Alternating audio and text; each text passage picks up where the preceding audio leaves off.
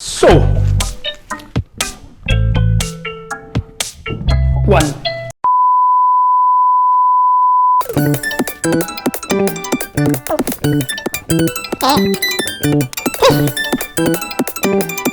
Four.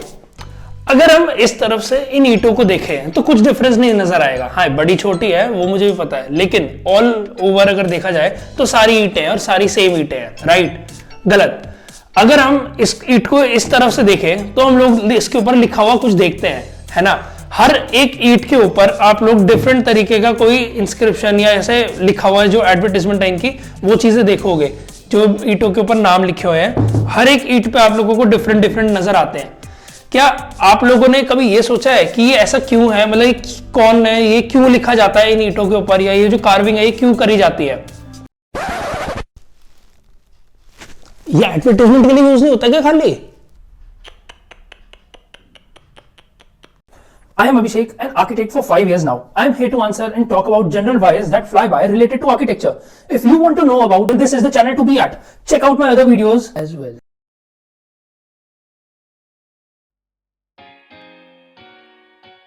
अगर आप लोगों को भी ये लगता है कि ये जो कार्विंग है ये इसलिए करी जाती है कि ईंटों पे एडवर्टाइजमेंट हो सके कि किसने बनाई है, तो you can't be more wrong. To move further, पहले हम लोग बात करेंगे कि ये जो कार्विंग हर एक ब्रिक के अंदर होती है इसको बोलते क्या है। दरअसल इसका एक बहुत ही फनी सा नाम है कि हर एक ब्रिक के अंदर ये जो कार्विंग है इसको फ्रॉग बोलते हैं।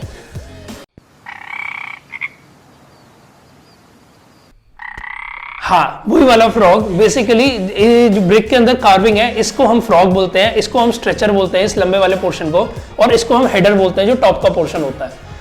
बेसिकली हर एक ब्रिक के ऊपर कार्व किया हुआ जो पोर्शन है उसके पीछे एक पर्पस है, एक्चुअल में पर्पस है, और एक क्या, दो पर्पस है।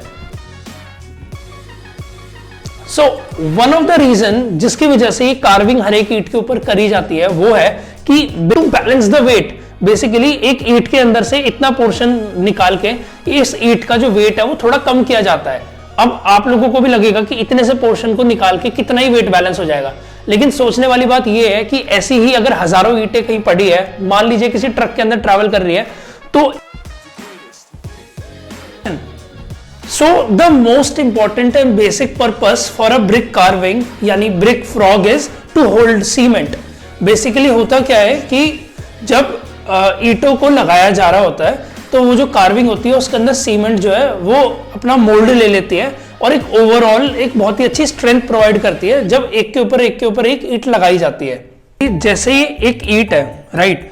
अब मान लीजिए इस ब्रिक के अंदर वो ब्रिक फ्रॉग यानी जो ब्रिक कार्विंग है वो है नहीं, तो इस ईंट के ऊपर अब अगर हम सीमेंट लगाते हैं तो सीमेंट लगने के बाद सीमेंट ऑब्वियसली एक रेक्टेंगुलर शेप में लगेगी बिकॉज उसमें कार्विंग तो है नहीं। अब इसके ऊपर अगर हम यही जो फॉर्मेशन है इसको अगर हम कॉपी करते जाए और एक के ऊपर एक ईंट लगाते चले जाए, ये इस पूरे स्ट्रक्चर में ऊपर से जब प्रेशर सबसे नीचे वाली ब्रिक के ऊपर पड़ेगा तो जो नीचे वाली जो सीमेंट का ये जो रेक्टेंगुलर पोर्शन है इसके ऊपर इवेंचुअली क्रैक्स आ जाएंगे।